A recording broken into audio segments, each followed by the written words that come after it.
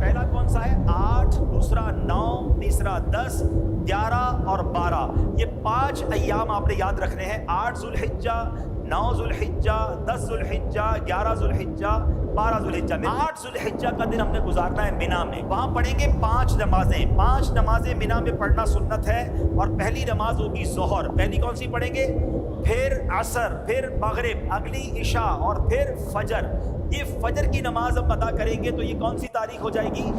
9 ज़ुल्हिज्जा। शाबाश। अच्छा, 9 ज़ुल्हिज्जा का दिन it's the most important day of हज। यानी अगर आपको कोई कहता है कि हज किस दिन होता है, हज होता है 9 ज़ुल्हिज्जा को। याद रखिएगा, हज का दिन कौन सा है? 9 ज़ुल्हिज्जा। ये वकूफ़ अरफा, ये हज का रुकने आज़म है, द मोस्ट इम्पॉर्टेंट रुकन आप कह लें। हज के 3 फ़राइज़ हैं, एहराम पहनना, नियत करना और तवाफ़ुज़ ज़ियारा, लेकिन रुकने आज़म है वकूफ़ अरफा।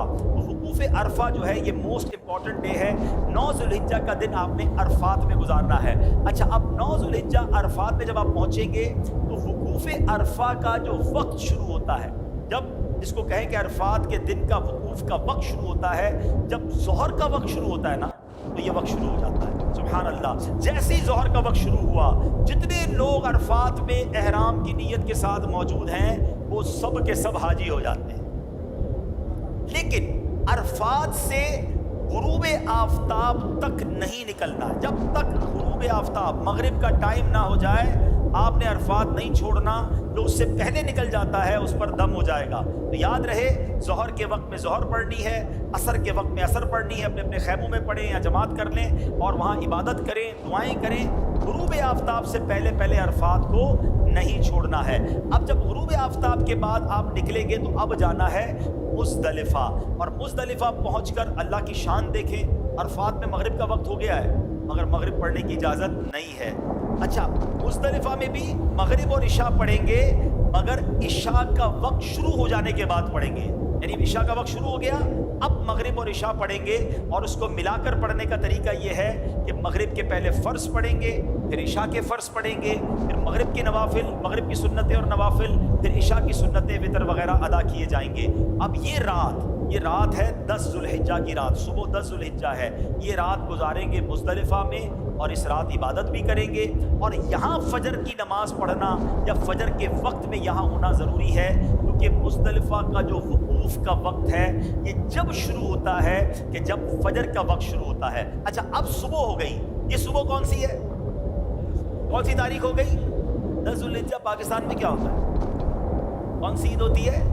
बकरा ईद। हाजी देखो कैसे कमाल की ईद मना रहा होता है। लोग अच्छे अच्छे कपड़े पहने हैं, खुशबू लगाए घूम रहे होते हैं, एक दूसरे से ईद मुबारक कर रहे होते हैं। हाजी के एहराम भी मैला, उसके बाल भी बिखरे हुए, उसकी आंखें भी नींद से, थकन से चूर है। ये कैसी ईद है?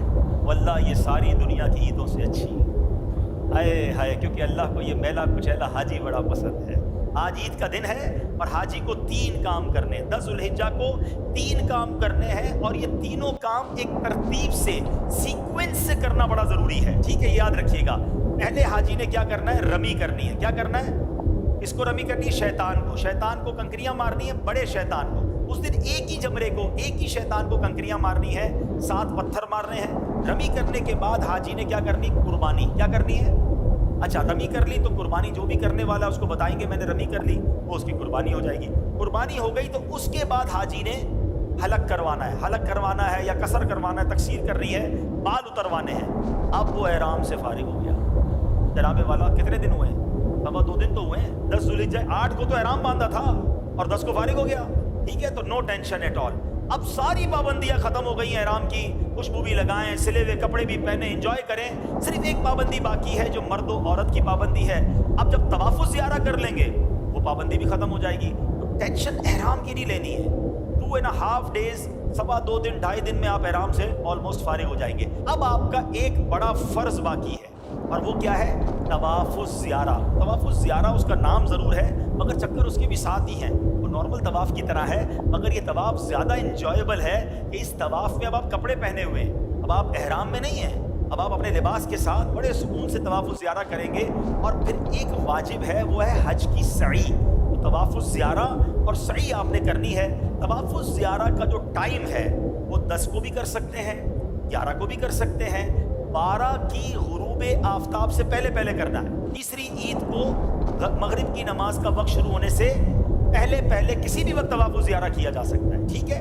और जो सई है, जो तवाफ़ ज़ियारा के बाद करने वाली हज की सई है, वो आप कभी भी कर सकते हैं, 12 के बाद भी कर सकते हैं, लेकिन आप बेहतर है कि तवाफ़ ज़ियारा के साथ कर लें ताकि एक चीज़ कंप्लीट हो जाए। अब 11 और 12 ज़ुल्हिज्जा में 2 मज़ीद आपने काम करने हैं। वो क्या करने हैं?